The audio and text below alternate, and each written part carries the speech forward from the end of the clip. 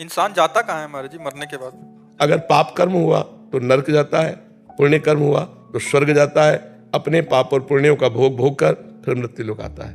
पुण्य क्षीणे मृत्यु लोके विशन्ति। एक अपराध की भारत में ऐसी सजा है कि 20 साल सजा, आजीवन कारावास या फांसी की सजा एक ही अपराध में तो होती है। हमारे कितने ऐसे अपराध है ना भारत सरकार से दंड मिला है ना हमने प्रायश्चित किया है, तो उन पापों का फल नरक में तो भोगना पड़ेगा। अगर नरक में नहीं भोगना है तो अभी नाम जप कर लो, भगवान का आश्रय लेकर के उन पापों को नष्ट कर दो, नहीं तो तुम्हें नष्ट कर देंगे। तो कहो एक कल्प रहना पड़े नरक में ऐसे। जो हमने पाप किए हैं उसका हम यहाँ भुगतान कर सकते हैं महाराज जी, कि हमें जाना ना पड़े नरक? हाँ बिल्कुल कर सकते हैं, बिल्कुल कर सकते हैं। भजन के द्वारा, तीर्थयाटन के द्वारा, दान पुण्य के द्वारा, परोपकार के द्वारा, और सबका फल मांगे कि मैं निष्पाप हो जाऊं, मैं भगवान को प्राप्त हूं, तो फिर भगवत प्राप्ति ही ना होती अगर पाप नष्ट ना होते तो।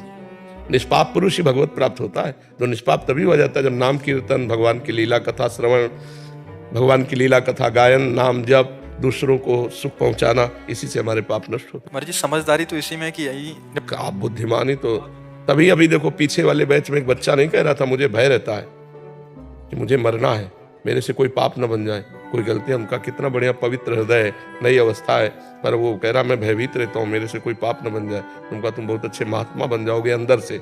जो भयभीत रहता है कि मेरे से गलती ना हो जाए वो निकल जाएगा, और जो गलतियों में निर्भय होके जाते हैं वो फंस जाते हैं, नष्ट हो जाते हैं।